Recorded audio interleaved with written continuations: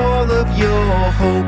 We get out of here, you in the shower sing. This is Dystopia Now, a show where a comedian and an academic explore the philosophies and religions of Silicon Valley and the tech billionaires shaping our country, our world, and our future. I'm Kate Willett, and my co-host is Emile Torres. That's when it suddenly hit me. Let's let the filthy billionaires all leave for Mars, 'cause we don't want them here. Hello, and welcome to the very first inaugural edition of a new podcast called Dystopia Now. I am Kate Willett. I'm Dr. Emile P. Torres. We're doing one of those smart person and person who doesn't know a lot of stuff podcasts. Emile is a professor of philosophy, right? Yeah, a postdoc right now. So not Okay. quite professor. Okay, but has a aspiring PhD. professor. Has a PhD. I am a comedian who talks about boners for a living a lot of the time. But we wanted to do this podcast because both of us, for the past many years, maybe even longer, have noticed that tech billionaires are having an increasing amount of influence in our society. So we wanted to do a podcast about some of the wackier stuff these guys actually believe. I'm thinking about the analogy with Scientology, like how they don't tell you about Xenu the first day. This is a podcast about what Xenu is.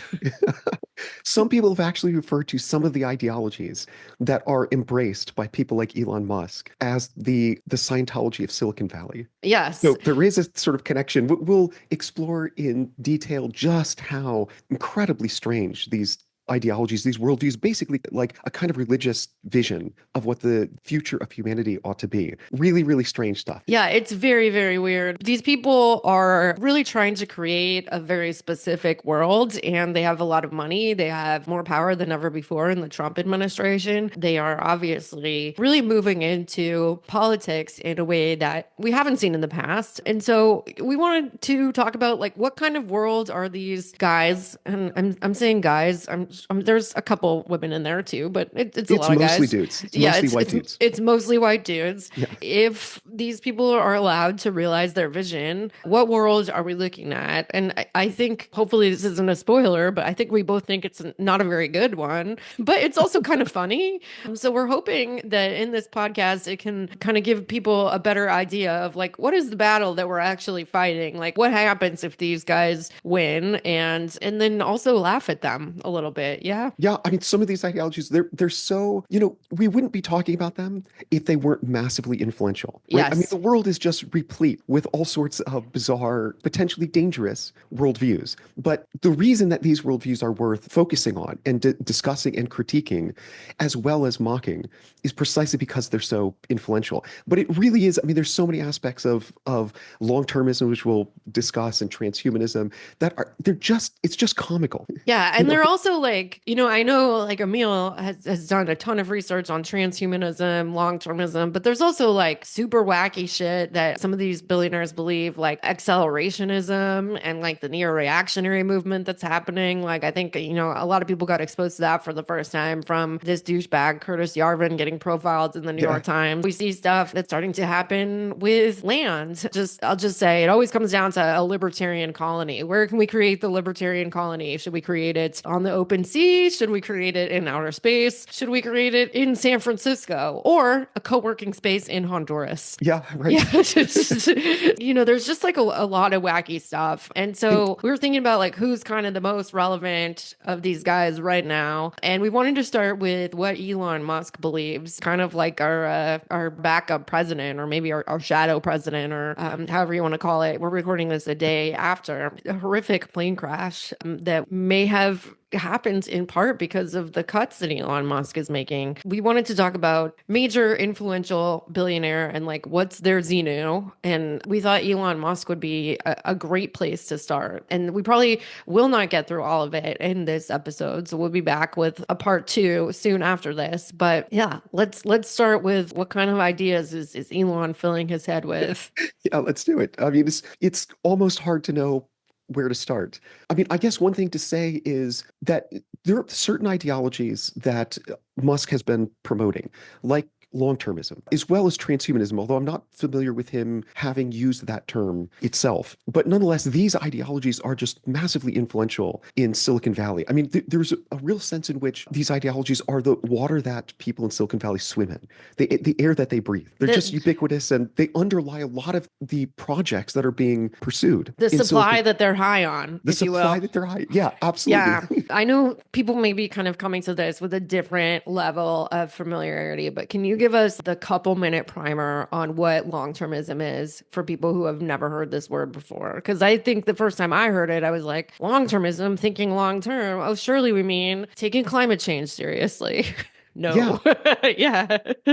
That's exactly right. I mean, the term itself, it has a natural appeal. And in fact, some friends and colleagues of mine, like Rupert, who was the spokesperson of Extinction Rebellion in the UK for a while, have bemoaned the fact that long-termists have used the word, have sort of coined the word long-termism, because it would be really useful to have as a contrast to short-termist thinking, which is a big problem right now. Of course, it's that's one reason that we're facing, the climate catastrophe and so on. It's just very short-termist, myopic thinking. But long-termism, the way it's defined by long-termists, like Elon Musk, is just very different from what people would intuitively suspect. So it's really not, I mean, it goes way, way beyond caring about the long-term future of humanity. Long-termists are thinking on timescales not of like years, decades, and centuries, but literally millions, billions, and trillions of years. And at the heart of the long-termist approach to thinking about ethics, as it were, is a particular vision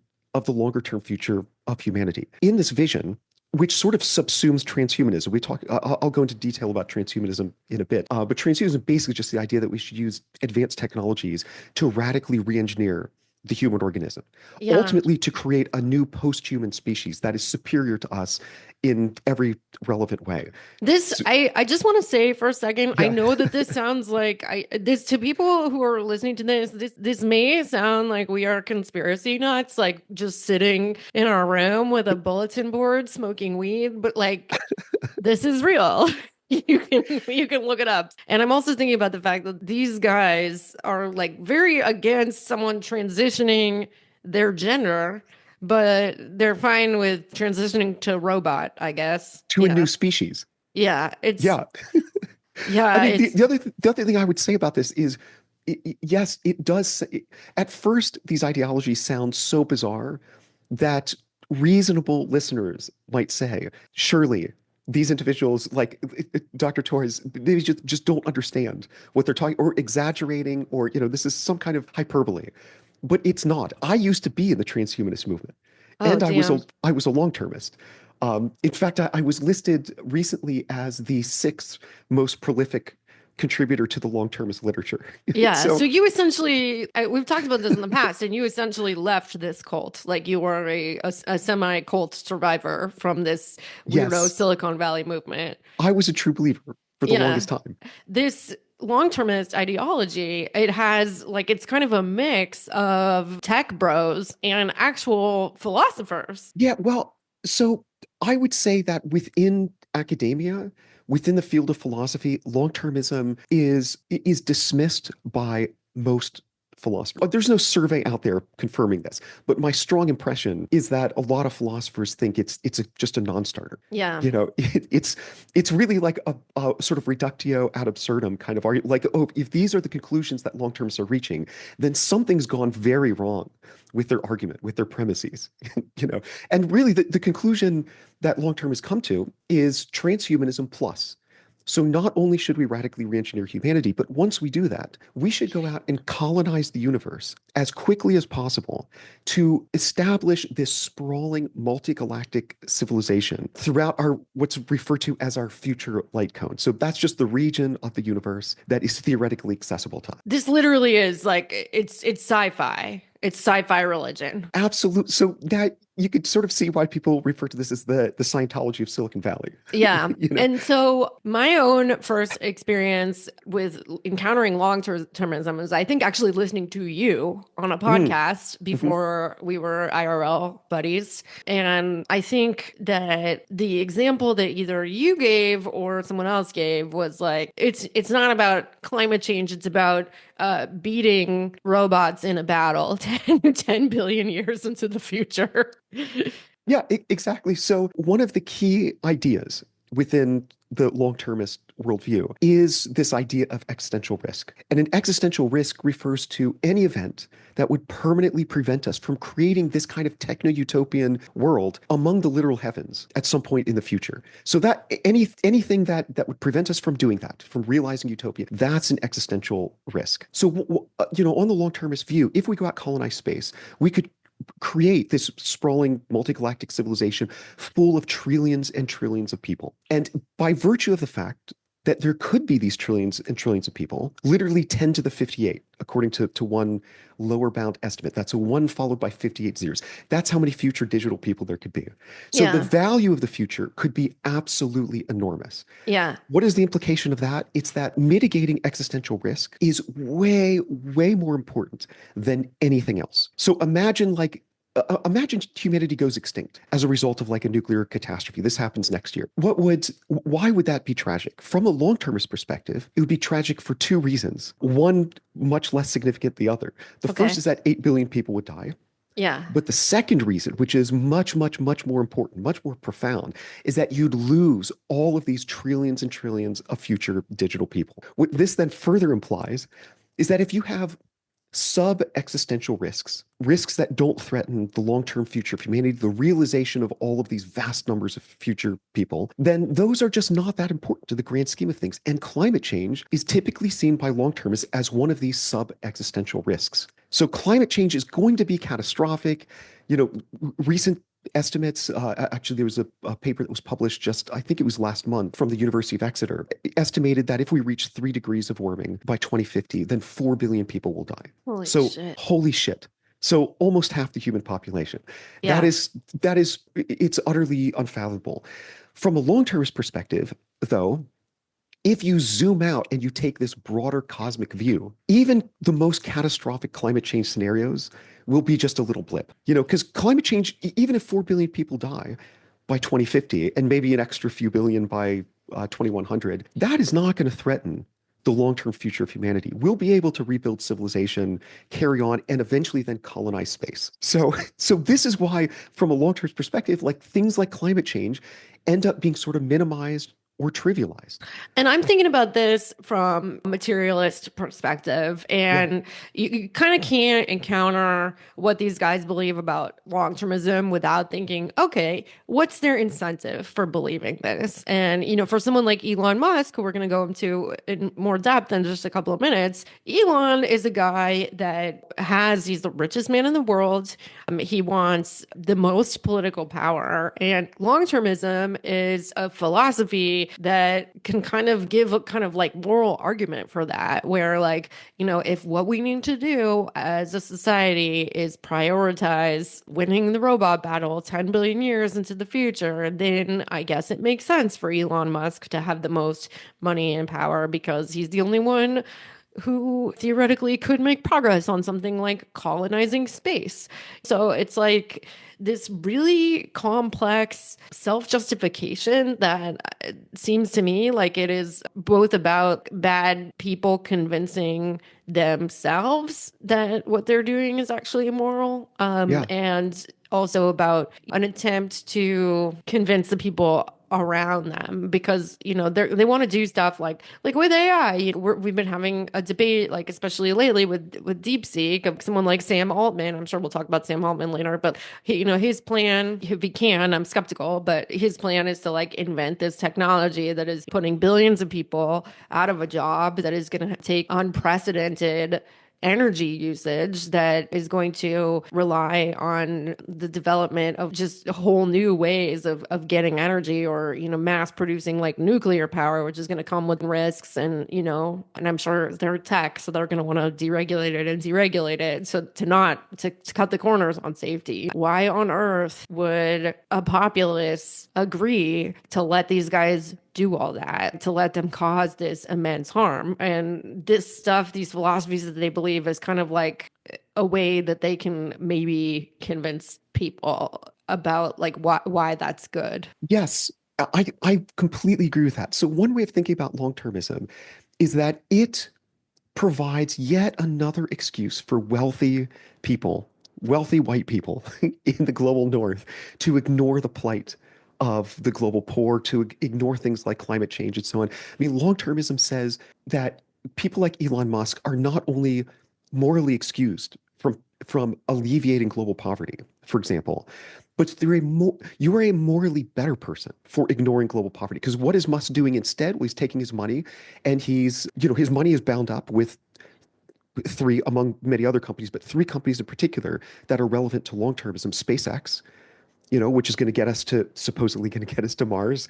Mars is the stepping stone to the rest of the solar system, which is the stepping stone to the rest of the galaxy, and so on. So SpaceX could potentially play a very key part in realizing the long-termist vision of the future. There's XAI, his company focused on building AI, and then Neuralink, which literally aims to jumpstart transhuman evolution by merging our brains with AI. These are all long-termist projects. It, it, it it's outrageous. So yeah, I mean, I think that there is not much about what Musk is up to that makes sense outside of the long-termist framework. The other thing I would say, which ties into your very last point, is that, to state the obvious, I don't know what's going on inside Musk's head. Maybe I don't want to know either. But Probably a K-hole, I would say. Yeah, some kind of really difficult ketamine experience. Yeah. yeah.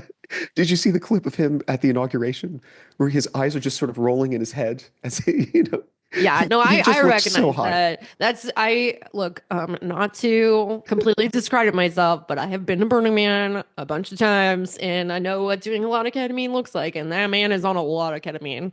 I'm knocking ketamine. Ketamine can be really fun. Increasingly, we're discovering it may be a powerful tool to treat medicine-resistant depression. But that being said, like, this guy is super high on drugs all Seems the to be on it time. a lot. Yeah. Yeah. Um, His daughter has mentioned that as well. yeah, man. It's so okay. So long-termism, like, kind of the last thing that seems relevant before we go into like how we know that Musk believes this shit is like, I have kind of a theory that I don't know if it's completely true. You can let me know if you think it's true. Like, a lot of these Silicon Valley philosophies, like, they all, like, effective altruism, long-termism, transhumanism, like, they all just end up providing a justification for eugenics. And I think Yeah. eugenics is something that we're starting to see these guys openly discuss more and more. Now, I know that the word eugenics has been thrown around a lot in the past 5 years. And I do think that our government has instituted some legitimately eugenicist policies. And I also think that, sometimes we'll see people say that, like, someone, not like eating dinner indoors at a restaurant is eugenics. And I'm not going to take a side in that debate, but I just want to say that when we're talking about these Silicon Valley people getting into eugenics, like, we mean the traditional version of eugenics, like, or neo eugenics, I guess, but we mean, like, kind of not debatable eugenics. I don't know. What do you think of that? Yeah, um I agree with that. I've not heard anyone your restaurant reference. Yeah, I'm it's not a familiar Twitter with. thing. It's definitely Okay. a Twitter thing. Yeah. Yeah. But yes, I mean, eugenics, I think eugenics in just about all its forms is deeply, deeply problematic. Of course. Yeah. Yeah. I mean, one thing to say is might be to differentiate neo-eugenics from eugenics, because I would say that the sort of neo-eugenics you find among long-termists and people like Elon Musk and so on, I think is worse Yeah. than than traditional eugenics. Okay. So in what way?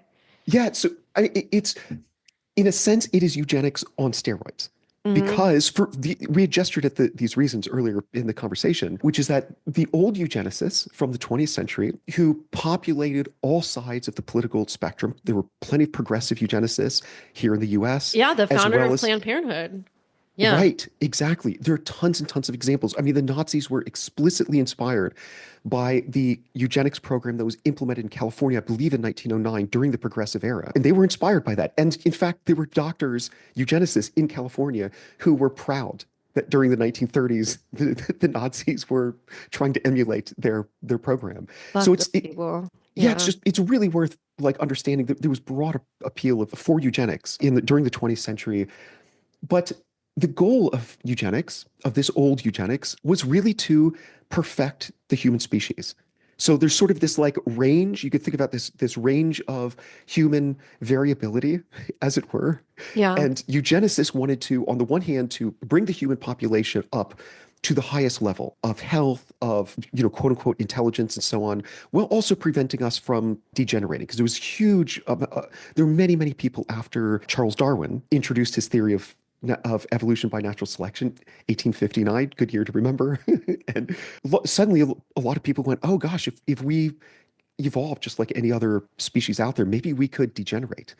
And so there was, and in fact, this tied into earlier theories, which then got a second wind, as it were, that the reason that we have racial groups in the world is that humanity started off as white, and then some groups degenerated, and that's how we got non-white That's races.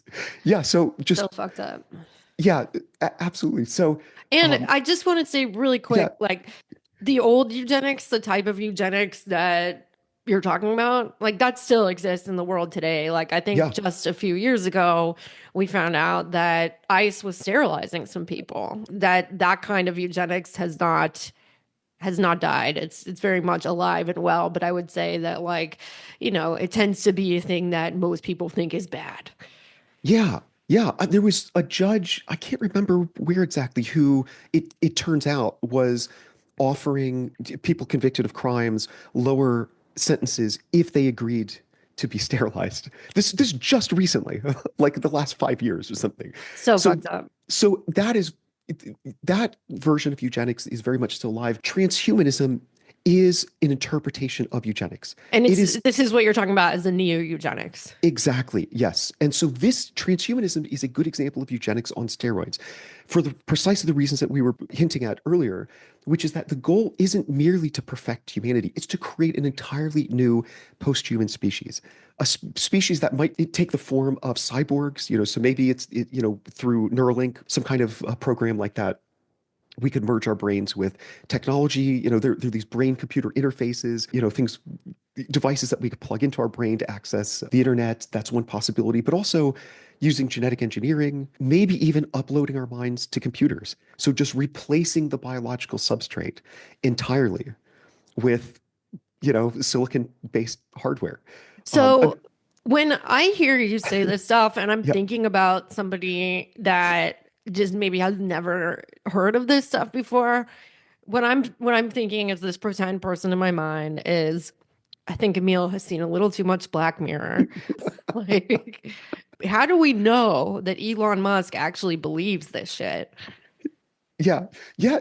Good question. So I would say a couple things to say about that. One is that Musk has been hugely influenced by a guy named Nick Bostrom. So Musk wrote a blurb for Nick Bostrom's 2014 book titled Superintelligence.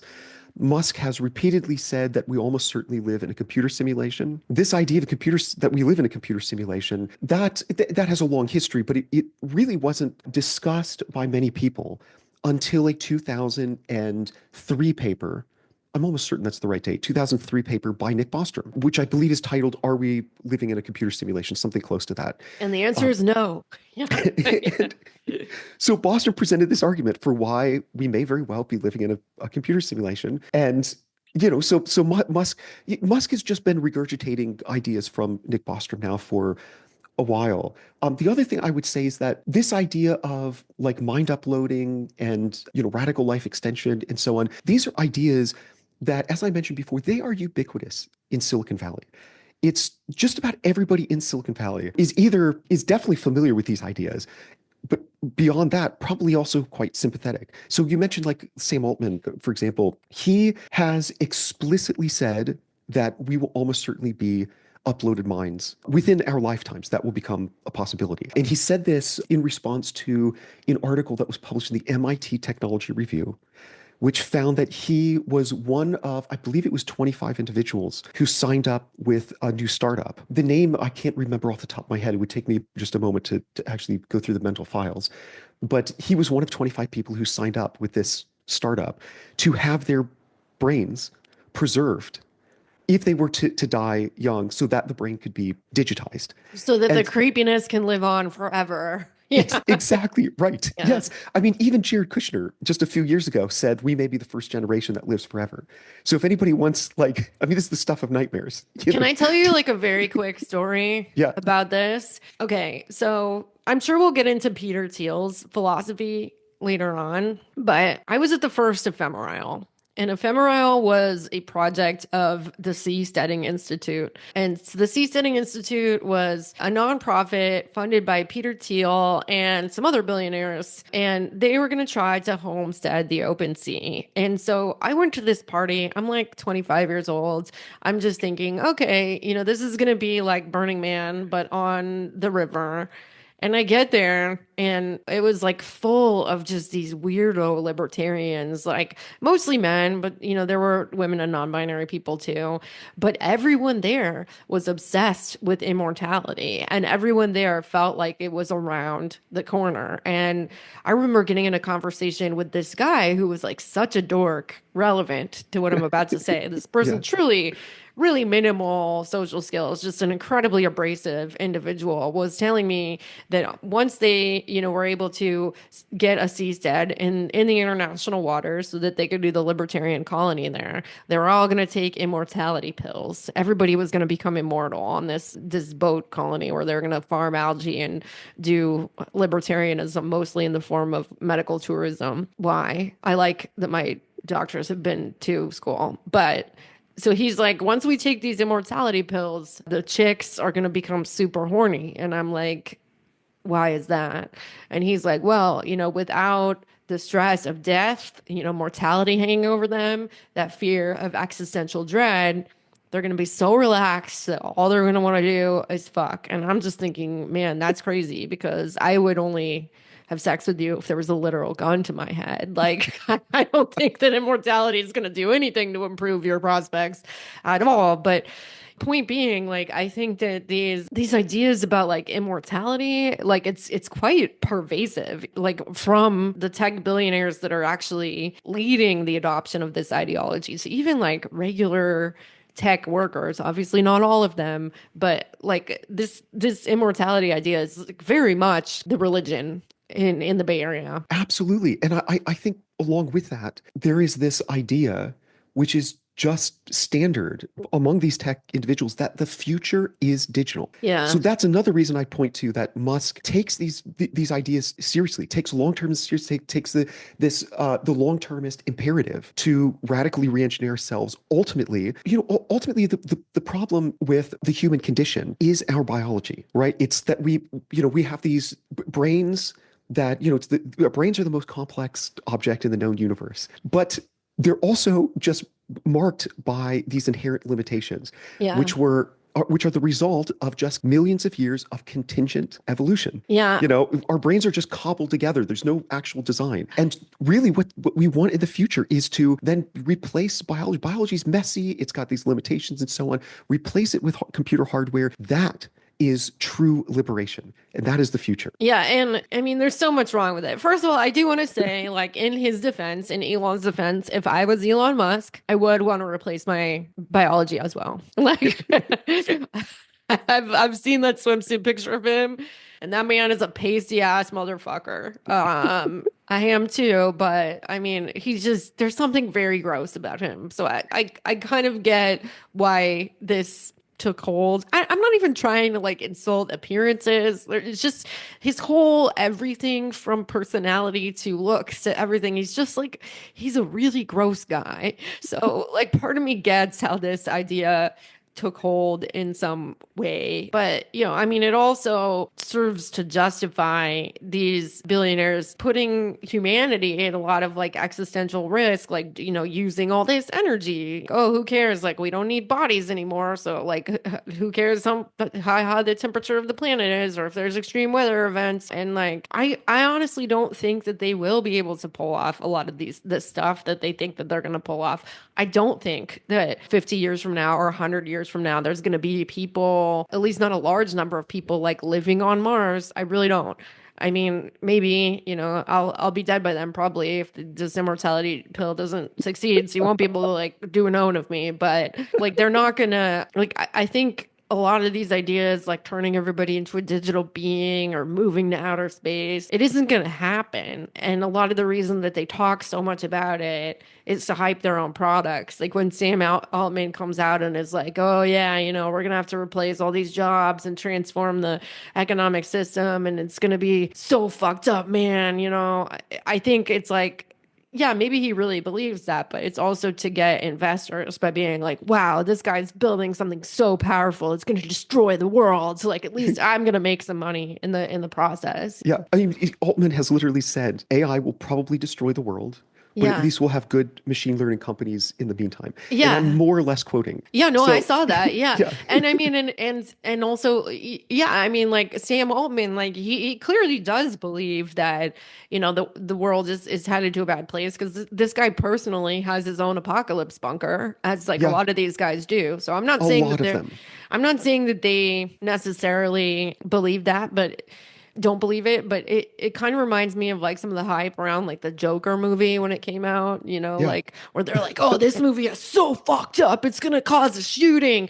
People are gonna see this movie and lose their minds. We can't let anyone see this movie. And it's like the greatest marketing campaign ever for the Joker, which I watched, and it was kind of fun, but I mean, it was just like, it was not gonna cause a shooting. And I think that it's much more likely that these people, these billionaires, will end up harming the world in ways that they are now, like ways Yeah. that very much recognize, like extracting our resources, treating the people that work for them very poorly, like taking things that they need from, developing nations and getting, children to do the mining and just like the ways that exist now. And this kind of like, oh yeah, we'll have, digital beings and it'll all be worth it. It's like, it's just everything is the ends justify the means. And so they have to make the ends sound like they're going to be really worth it. I completely agree with that. And this is part of the danger of these techno-utopian ideologies that are so influential among the tech billionaires as well as just everybody else in Silicon Valley. If the ends justify the means, and the ends are a literal utopia in which you live forever, you get to go colonize space, you get to live in these virtual reality worlds spread throughout, I mentioned before, a future light cone,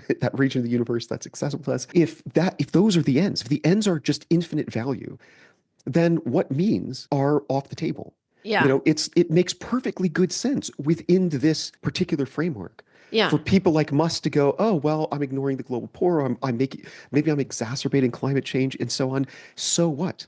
We're talking about utopia here. Yeah. And I mean, the idea that the ends justify the means is certainly not limited to these guys. I'm thinking of a recent example. Everyone on the internet was celebrating Luigi for killing a healthcare CEO. It's probably most of the people who are celebrating that or laughing really hard at it are not people who think that murder is good under most circumstances. I would say that the audience for that was probably mostly an anti-murder audience, but it was like about the idea like, okay, maybe if we deal the ruling class this blow and make them feel afraid of us again, then we'll finally fix our terrible healthcare system. However, these ends justify the means ideas in Silicon Valley, it's not about creating a world that is going to actually be beneficial for most people. They're talking about a society that has extreme inequality still. They're talking about a society that is anti-democratic most of the time. They are the god kings of this utopia. It's not a utopia that any of us, if we were living there, would probably identify as such. It's a utopia for them. them, and then the people that are close to them, and maybe like Matt Iglesias or something, but like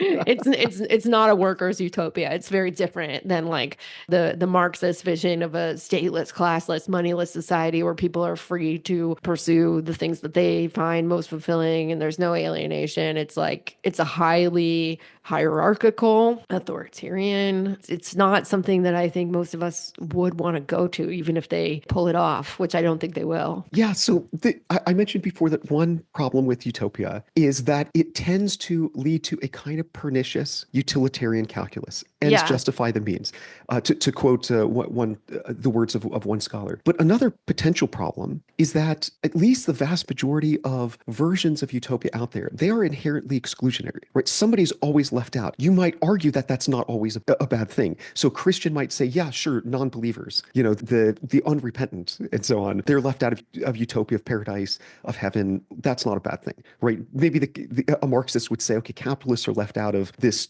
communist utopia, communist world state that we create that's classless, that is based on direct democracy and so on. But it's at least worth asking who exactly will get excluded from particular versions of utopia that are out there in the marketplace of ideas. When it comes to long-termism, I think that most of humanity would get left out. Even more, you could make the case, which brings us back to what we were talking about before, that humanity itself is maybe excluded from utopia, because the goal is to create this new post-human species by merging our brains with AI, by maybe completely uploading our minds, and so on. In a world that is run by these quote unquote superior post-humans, more powerful post-humans, does our species have any place? I mean, literally, there are people in the long-termist community who have argued that we should create our successors and then gracefully disappear, bring about our own extinction. Because after all, if we just are sticking around, we're these inferior beings that are using up resources that post-humans could use for much more, in a much more valuable way. Yeah. And so do we even have a place in this utopia, or is it about marginalizing and ultimately eliminating our species itself? So there is a very real sense in which a pro-extinctionist view, a view that advocates for the extinction of humanity, is widespread in Silicon Valley. Yeah. Namely long-termism and so on. Because we just don't have a place in the future. And it might even be worse than that, because you were talking about, you had mentioned earlier, like other species, nature, and so on. There was a book that was published in 2022 by leading long-termist and transhumanist named William McCaskill, based at Yeah. Oxford. And he's like the main kind of philosopher of this, right? Like he's the main academic of the movement. Yeah, so him, Toby Ord, and Nick Bostrom Okay. are sort of the three main figures. And so No in this- women. Yeah. No ladies. No, that the community is, like we were saying before, I mean, it really is just overwhelmingly white and male and cis and straight and so on. So it's just not a representative sample of humanity. Yeah. But anyways, so in this book, when McCaskill published it, Elon Musk retweeted McCaskill's tweet about the book. And Elon Musk said, quote, a close match for my philosophy. So he's referring to long-termism. In this book, McCaskill not only suggests that the future is digital, that we should ultimately replace, he literally says we should replace human workers with AGI, artificial general intelligence. Yeah. But McCaskill also makes this jaw-dropping argument that our systematic obliteration of the biosphere might be net positive, might be good. Why is that? Because he says that there's a lot of suffering among wild animals. So consequently, the fewer wild animals there are, the less wild animal suffering. And the less wild animal suffering, the better the world is. Yeah. Because there's less suffering. So it's not even clear that the natural world has a place in this quote unquote utopia that these individuals are pushing us towards with all of their projects, like trying to build artificial general intelligence and so on. And it's like the opposite of the Garden of Eden. It's like no plants, no animals, not even like physical bodies to enjoy, no sensory experiences really. I mean, at least not. I think they would say, like, okay, okay, maybe there won't be any now any forests and any meadows, and so on. But so what? We'll be living in digital worlds, and we can create digital meadows and digital forests, and we can recreate the aromas of like walking through a meadow and so on in these digital worlds. And in fact, these digital worlds, we can design them such that all of the creatures that exist in them don't suffer. And so that would be better than this natural world we have where like there are birds and and squirrels and so on that can suffer. So this is their vision, and it's really really extreme, and in my opinion it's really impoverished. Yeah, and they literally think they're God. Like this is when we're getting into this, like we're talking about they want to assume the role of like a biblical God. Yeah, I mean this is the whole idea behind Yuval Noah Harari's book Homo Deus, Man the God. And it's also why a lot of people in the community refer to artificial general intelligence as godlike AI. Because basically the thinking is, okay, as atheists, we don't believe in God. This is their thinking. So God doesn't exist. Why not then just create him? Yeah. Why not just create God? And once we create God, this AGI or this superintelligence, then, if God sufficiently loves his parents, not children, so it inverts that traditional religious view. God is our parent, but in this case, God would be our offspring. If God loves its parents, then it will give us everything we want. And we can just say, hey, create a utopia. Figure out how to enable us to live forever. Fulfill all of the promises of traditional religion. We get to live in a literal heaven among the actual heavens above us, living in these vast computer simulations where there's no suffering and so on. This is the actual vision. So, how do you think that Elon's belief in long-termism and transhumanism impacts the kinds of actions we see him taking right now? Great question. So this actually makes me think of an idea that we had just briefly touched upon earlier, which is the question of, does Elon Musk actually believe these things? I'm not in his head, so I don't know. From my perspective, though, as a critic of long-termism, it doesn't matter. Whether or not he actually believes the long-term vision, or he's just exploiting it to justify what he wants to do anyways, that doesn't matter, because in both cases, the long-termist ideology is providing a kind of superficially plausible moral excuse for going to and trying to colonize Mars, for merging our brains with AI, and so on. So I don't know what he really believes, but I don't think it matters, because either way, he's using long-termism to say, what I'm doing, it's not just like a morally okay thing to do, it's the morally right thing to do. Like he is a morally upstanding individual. And Yeah. and is he like where is he giving these excuses? Because it's like it's not to us. Like he's not talking about the long-termism stuff publicly, at least not with, most people. Like who is he talking to about this? Is it investors? Is it like where does he get to deploy this excuse? So I think he has, by retweeting Will McCaskill and some other links to various articles written by Bostrom, he is sort of making a public appeal to these ideologies to justify his views. But also, maybe most importantly, these ideologies enable him to justify to himself Yeah. And it what he's seems doing. like there's a community in Silicon Valley of these billionaires and sorry, but they're lackeys, like these kind of lower Yeah. level software engineers that are building this stuff. Definitely not all of them, but some where it like they're talking to each other. It's pretty insular. They're not taking a lot of feedback, even from like other types of billionaires. Yeah.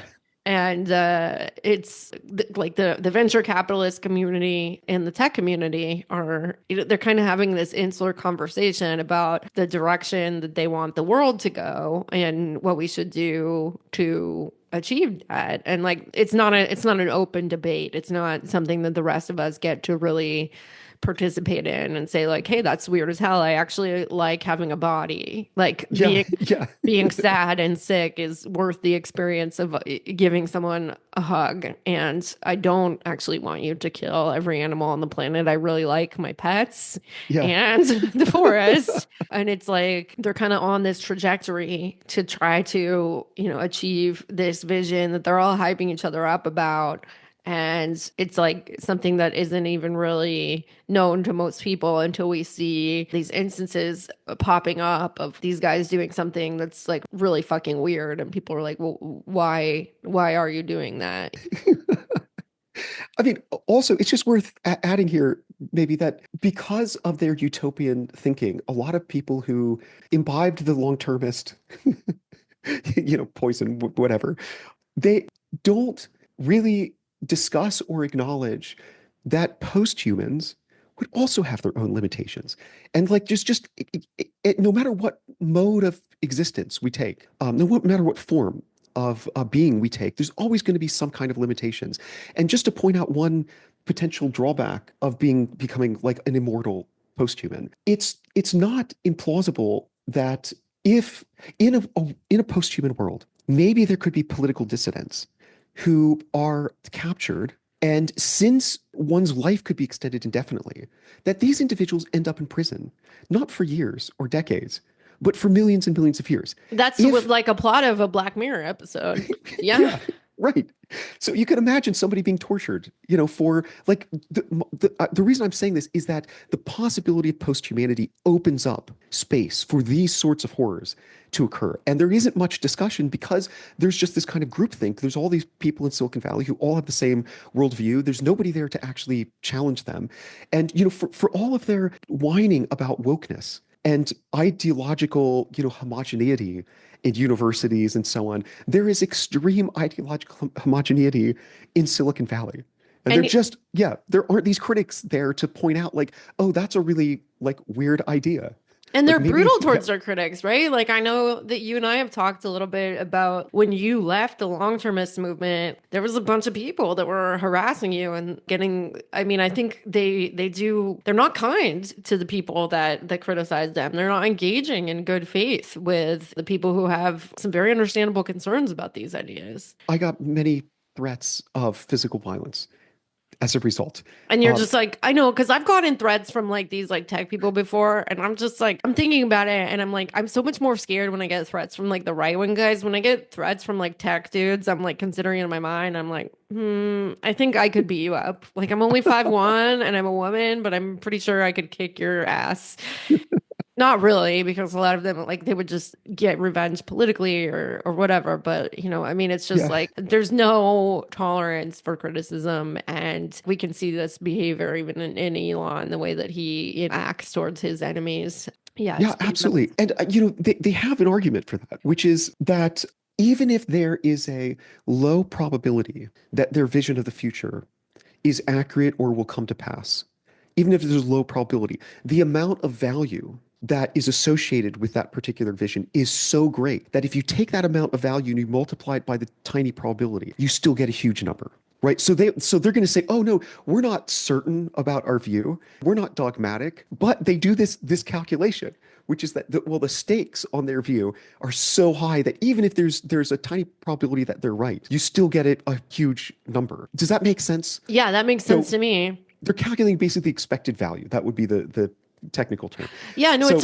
an extreme form of utilitarianism to where something even like we've talked about in the past, like even like dropping a nuclear bomb is seen as acceptable. Genocide is acceptable. Complete environmental destruction is acceptable because the ends justify the means again. And eugenics and letting a ton of people die off. It's pretty extreme, and especially seeing it merge with the political right, who like already dealing with a huge white supremacy problem and men's rights activists. Is that what they're called still? I don't know, like an incel problem. Yeah. I guess we should wrap up soon for this week, but next time I would like to go a little further into like, what is Elon Musk actually doing right now? Like, what is he up to, and how may his ideologies be influencing that? And this is not an Elon Musk podcast. After Elon, we'll probably talk about, we have some people planned, Peter Thiel, Mark Andreessen, just, a lot of different horrible psychos. Sam Altman, surely.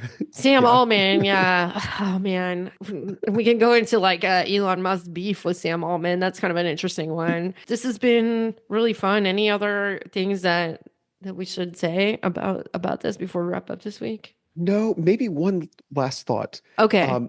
Would be, you mentioned genocide. Oh, genocide's okay. That is not hyperbole to say that. In the 2002 paper, in which Nick Bostrom introduced the idea of existential risk, again, that's like the key concept of long-termism. He literally says that the worst atrocities and natural disasters of the 20th century, and then he went on to list that, and included in the list is World War II, which of course itself subsumes the Holocaust. He describes these as mere ripples on the surface of the great sea of life. Why? Because in the grand scheme of things, when you take a cosmic vantage point, which is what long-termism encourages people to do, literally millions, billions, trillions of years in the future, these are just little blips. They've hardly affected the total amount of human happiness or value that we will have created over, across cosmic history. They're just hiccups. They're molecules in a drop in the ocean. Yeah. And so there really is this kind of sense that, if that's his view about past genocides, that's going to be his view about future genocides, or maybe present genocides. And so this worldview, just to underline, it really does lead someone to minimize or trivialize any kind of contemporary problem that is deemed to be sub-existential. Because if it's sub-existential, it doesn't threaten the long-term future of humanity. It doesn't threaten our, quote, vast and glorious future among the heavens, to quote Toby Ord, long-termist. And so, that is a danger. That's one reason I think this techno-utopian ideology that Musk and all these other people have been promoting and have embraced is really dangerous. So that's my closing thought on the cheery topic of genocide. Yeah. So here's my closing thought. Yeah.